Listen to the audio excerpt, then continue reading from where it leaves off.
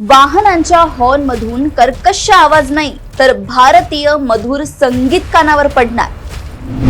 केंद्रीय मंत्री नितीन गडकरींनी जाहीर कार्यक्रमात केली मोठी घोषणा। वाहनांमध्ये हॉर्नच्या ऐवजी वाजणार वाद्ये। हा कायदा संसदेत प्रस्तावित करण्याचा गडकरींचा विचार। नमस्कार, देशोन्नतीमध्ये मी ऐश्वर्या शिंदे आपलं स्वागत करते। वाहतुकीचा खोळंबा ही कोणत्याही मोठ्या शहरातली मोठी समस्या ठरली आहे। पण वाहतुकीच्या खोळंब्याबरोबरच वाहनांच्या वाढत्या संख्येमुळे ध्वनी प्रदूषणाचीही मोठी समस्या निर्माण झाली आहे। कारण जेवढी जास्त वाहनं तेवढे कर्कश हॉर्न आणि तेवढं ध्वनी प्रदूषण। पण आता यावर तोडगा काढण्यासाठी केंद्रीय वाहतूक मंत्री नितीन गडकरींनी पुढाकार घेतला असून वाहनांमध्ये हॉर्न ऐवजी भारतीय संगीत वापरलं जावं यासाठी कायदा करण्याच्या तयारीत केंद्र सरकार आहे। केंद्रीय मंत्री नितीन गडकरी यांनी सोमवारी एका जाहीर कार्यक्रमात बोलताना वाहनांमधील कर्णकर्कश हॉर्नचा मुद्दा उपस्थित केला। या हॉर्नच्या आवाजांमुळे रस्त्यांवरील वाहन चालकांना मोठ्या आवाजाचा त्रास तर होतोच, पण त्याचबरोबर आसपासच्या निवासी संकुलांमधील रहिवाशांनाही याचा मनस्ताप सहन करावा लागतो।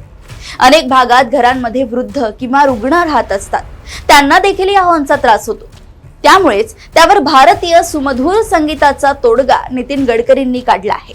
वाहनांमध्ये हॉर्नच्या ऐवजी बासरी, तबला, वायोलिन किंवा हार्मोनियम सारख्या वाद्यांचे आवाज वापरण्यात यावेत अशा प्रकारचा कायदा संसदेत प्रस्तावित करण्याचा विचार आपण करत असल्याचं नितीन गडकरी यांनी सांगितलंय।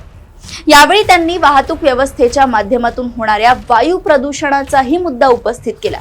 वाहनांमधून होणाऱ्या वायू उत्सर्जनामुळे देशातील एकूण वायू प्रदूषणापैकी 40% प्रदूषण होत असल्याचं गडकरी यांनी सांगितलं। याचा सामना करण्यासाठी नरेंद्र मोदी सरकारने मिथेनॉल, इथेनॉल सारख्या हरित व जैव इंधनांचा वापर करण्यास प्रोत्साहन द्यायला सुरुवात केल्याचं गडकरी म्हणाले आहेत। नितीन गडकरींनी 4 वर्षांपूर्वीही वाहनांमधील हॉर्न बदलून तिथे संगीत लावण्याच्या मुद्द्याचा उल्लेख केला होता। 2021 मध्ये भारतीय वाद्यांचा उपयोग वाहनांमध्ये हॉर्न म्हणून करणे, त्यांची वारंवारिता कमी ठेवणे या संदर्भात सविस्तर कायदा प्रस्तावित केला जाईल असं नितीन गडकरी म्हणाले होते। आणि आता पुन्हा एकदा हा मुद्दा उपस्थित करण्यात आला असून त्यावर सोशल मीडियावर नेटिझन्सच्या प्रतिक्रिया उमटू लागल्या आहेत। तुमच्या काय प्रतिक्रिया आहेत ते सुद्धा आम्हाला समजून घ्यायला आवडेल। आम्हाला नक्की कमेंट बॉक्समध्ये कळवा आणि बघत राहा देशोन्नती। नमस्कार।